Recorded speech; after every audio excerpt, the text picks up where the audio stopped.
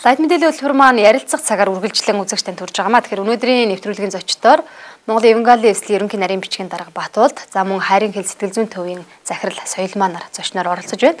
За бидний ярилцах гол сэдэв бол Монголын ирээдүй ба 414 нэртэй хүүхдийн төлөө үндэсний чуулга уулзалт ирэх 1-р сард болох гэж байгаа. За энэ чуулга уулзалтын талаарх дэлгэрэнгүй мэдээллийг өнөөдрийн ярилцах цагаараа танд хүргэх юм аа. За өнөөдрийн бас нэвтрүүлгийн зочноор оролцож байгаа зочдод энэ өдрийн мэндийг хүргье. За энэ өдрийн мэндийг хүргье. За баярлалаа. Тэгэхээр энэ чуулга уулзалтын маань бас гол зорилго нь бас нэлээд том байгаа хаа гэж бодож байна. Тэгээ юуны өмнө бас зорилгынхаа талаар эхлээд танилцуулъя тийм ээ. За Монголын Евангелийн эвслээс 2008 оны 2010 гэсэн үндэсний хөтөлбөрөөр хүүхдийн төлөөх үйлчлэлийн хөгжлийн талаар бид нэр олон сүм чуулган удирдагчид Христ итгэл байгууллагуудтай хамтран бас яг энэ урайг дэвшүүлж ирсэн байна. Тэгэхээр тэр цагаас хойш өдий хүртэл хүүхдийн төлөөх гэсэн маш олон хөтөлбөрүүдийг хамтын ажиллагаанууд бас зохиогдож.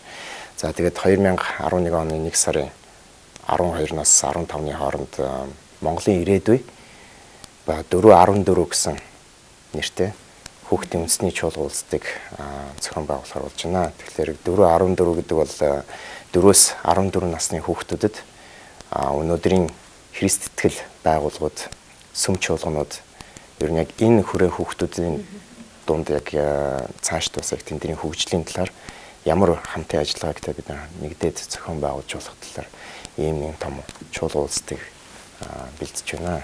Тэгэхээр Монголын ирээдүй ба 414 энэ хүү чуулга уулзалтанд ер нь хүүхдийн төлөө ажилладаг байгууллагууд оролцгоо тийм ээ. Тэгээд илүүтэйгээр бас христчин байгууллагуудыг хамруулах болов уу гэж харж байна. Энэ талаар би жоохон дэлгэрэнгүй мэдээлэл өгөөч. Монголын Евангелийн эвсэл яг энэ хөтөлбөрийн гол яг уриалагч байгууллага байгаа.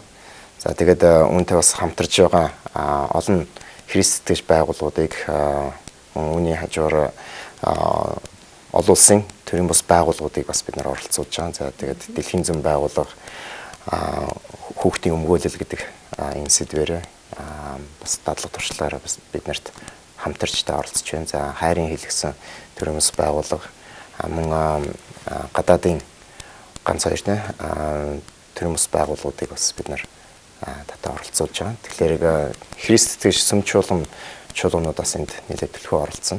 За тэгээд энэ хөтөлбөрт бид бас хүүхдийн төлөө гэсэн хүүхдийн төлөө үйлчилдэг бас хүүхдийн төлөө ээлтэй байгууллагууд хувь хүмүүсийг энэ хөтөлбөрт бас хүрэлцэн оролцоосоо. Тэгээд энэ чуулган бол нэлээд өргөн хүрээтэй. Тэгээд энэ чуулган уулзалтаараа оролцож байгаа байгууллагууд өөрсдийн бас туршлага, өөрсдийн оролцож байгаа үйл ажиллагаанаа бас бид нэр танилцуулах нэгдсэн яг ийм хамтын ажиллагааны уулзалтууд өөр бас зохион байгуулагдах байгаа. Тийм болохоор бид бүхэл байгууллагуудыг хүүхдийн төлөөх гэж байгаа яг л бүхэл тэр байгууллагуудыг бид нэгтэн оролцоосоо гэж урьж байна. За тэгэхээр хайрын хэл сэтгэл зүйн төвийн захирал Соёлмаа бас оролцож байгаа. Тэгээ яг танай төвийн хувьд энэ үйл ажиллагаанд яаж оролцож байна вэ те? Яг ямар хувь нэмрээр илүүтэйгээр оролцож байгаа энэ талаар сүзгчтэй үргээч. Бас давхар хайрын хэлийн талаар сүүлийн мэдээлэл байна уу?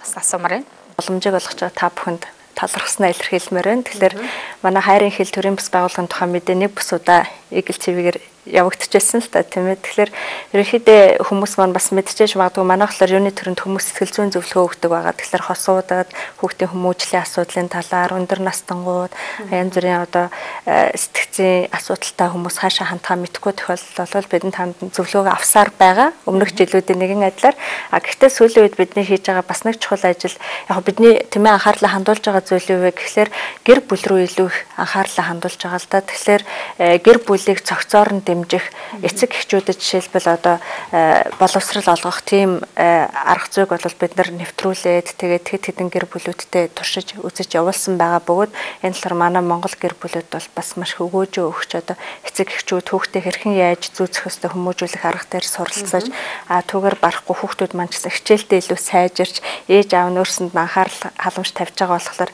сэтгэл санаа нь маш их одоо эерэг болж тэгээд хоорондоо ах дүүстэй маргадаг байсан байдал нь ч гэсэн муу одоо багасч тийм ээ аав ээж нарын хоорондын ч гэсэн харилцаа маш их сайжирсан гэх мэт одоо үр дүнгууд гарч байгаа л та. Тэгэхээр нэг талаас эцэг эхчүүдийг чадахжуулах, тэдэнд гэр бүлийн боловсрал олгох, нөгөө талаасаа бас ээж аав нарыг тусад нь бие хүнийх нь хувьд хөгжүүлэх тал дээр өнгөрсөн хугацаанд нэлээд анхаарал хандууллаа. Тэгэхээр альва хүний хөгжил бол хүүхэд наснаас эхэлдэг байгаа. Тэгээд альва хүүхэд бол гэр бүлтэй хамгийн жаргалтай байж чаддаг. Харамсалтай сүүлийн үеийн одоо мэдээ судалгаагаар үзэхэд бол манай Монголд бол хүүхдээ ирэх нэлээд зөрчигдөж байгаа мэдээнүүд бол их гарч байгаа л да. Энэ мэдээж хин хүний сэтгэлийг маш их сэртгийлж байгаа. Тэм учраас ер нь одоо бид өөрсдөө ирээдүй болсон хүүхдүүдтэй хүн нэг бүрчлэн тийм ээ одоо өөрийнхөө чадах зүйлийг хийж хувь нэмрээ оруулах нь маш их чухал юм байна. Тэм учраас одоо хэдүүлээ эргээд сэргээд тийм ээ одоо хүүхдүүдийнхаа дотоод сэтгэл рүү нэвтрэн орж тэд юуг бодоод байна, тэд одоо юуг бодож өссөн тойрнож байна тийм ээ ямар үлгэр загвар дуурайллын дагуу хүн болон төлөвшөж байна гэдэг тал дээр бид нар дахин нэг бодох шаардлага гарчаад байна. Тэгэхээр бид нар одоо Монголын ард түмнээ тэгээд ялангуяа энэ одоо бидний зохион байгуулагдж байгаа энэ чуулга уулзалтанд одоо өөрхийн сэтгэлээр оролцож байгаа хүмүүст бол тийм ээ бид хүүхдийг одоо хамгаалах нэг талаас нөгөө талаас хүүхдийг цогцоор нь хөгжүүлэхэд гэр бүлийн оролцоо тэгээд хүүхдийн тэр сэтгэл зүйн одоо тэр хүчин зүйлүүд ямар байдаг юм бэ гэдэг тал дээр бас нэлээд төлхөө ярилцахаар төлөвлөж байгаа. Тэгэхээр бас нэг зүйл сонирхол татаж байна. Яг 4-14 насныхан гэхээр яагаад яг энэ насныхыг сонгосон юм бэ тийм ээ? 4-өөс өмнө 1-3 насныхан байна. Тэгээд 14-өөс хойш 15-16 насныхаа үлдчихэд байгаа юм шиг харагдаж байна л да. Тэгээд яг энэ насыг сонгосны учир юу вэ? 4-14 гэдэг яг энэ насыг яагаад бид нэр сонгож авч байгаа гэхээр үнэхээр яг энэ үед бол хүүхэд яг тийм яг өөрсдийнхөө хөгжлөө олох юмд суралцах. За тэгээд үнэхээр ирээдүйн өөрсдийн яг хөлөө олоход маш тулгуй том тавцсан болсон яг энэ 90 үе. Тийм болохоор 4-14 насны хүүхдүүдэд бид нэр өнөөдөр яг гол яг нөгөө хөрөнгө оруулалт санаа тавих, тэдний төлөөхтэй хөгжлийг нь үнэхээр тал бүрээс нь үнэхээр анхаарах нь маш чухал байгаа. Тэгэхээр ирээд энэ 4-14 гэсэн яг энэ насных нь энэ хүүхдүүдэд өнөөдөр бид нэр хөрөнгө оруулснараа эх 10 жил гэхэд тэд нар маань улс орны маань бас их төлхөө хөгжлийг удирдсан ийм боловсон хүч болж өсөх байгаа. Тэгэхээр энэ 4-14 насны хүүхдүүдэд бид нэр яг нөгөө талаас бас хамгийн их хүчирхийлэлт талаас мөн гимтэж бэртэх гэдэг ч юм яг энэ бүхэлдээ яг нөгөө сөрөг талын одоо нөлөөллүүд нэлээд их давмгаа энэ насны хүүхдүүдэд их тулгуу учирдаг байгаа. Тэгэхээр Монгол ирээдүй ба 4-14 хүүхдийн төлөө энэ чуулга уулзалтын дараа ямар үр дүнг та бүхлээж ийн вэ? Тодорхой хэмжээний үр дүн бас харж байгаа тийм ээ. Тэгээ энэ талаараа өөрсдөө саналыг хэлээд, санал бодлоо хэлээд нэвтрүүлэг маань бас өндөрлөх гэж ярилцах цаг маань бас дуусч байна. Энэ чуулга уулзалтын маань гол зорилго бол эргээд ерөөсөө олон нийт сүм хувь хүмүүсийн анхаарлыг бол хүүхд рүү хандуулах байгаа. Мэдээж тийм ээ. Нөгөө тэгвэр сая Батбол пастор хэллээ шүү дээ. Нөгөө хүүхдийн тийм ээ байгууллагууд урд нь энэ чиглэлээр ажиллаж ирсэн одоо албан газруудыг үзэсгэлэн гарч ирнэ гэсэн. Тэгэхээр нэг талаасаа яг энэ чуулганаар дамжуулж хүмүүс харилцан бие биенээс суралцах боломжийг бүрдүүлж байгаа.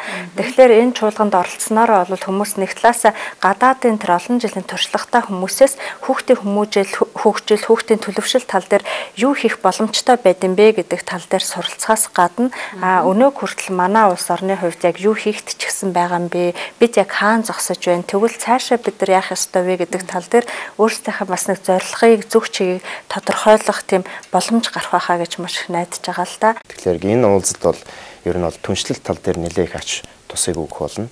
Тэгээд яг үнэхээр бас мэддэхгүй байсан, ойлгомжгүй байсан те олон яг сэдв асуудлууд бас энэ дундаас гарч тэгээд нэгдсэн яг үндэсний яг юм ураа яг энэ дундаас гарч ирнэ гэдэгт бид нараас онцлон харж байна.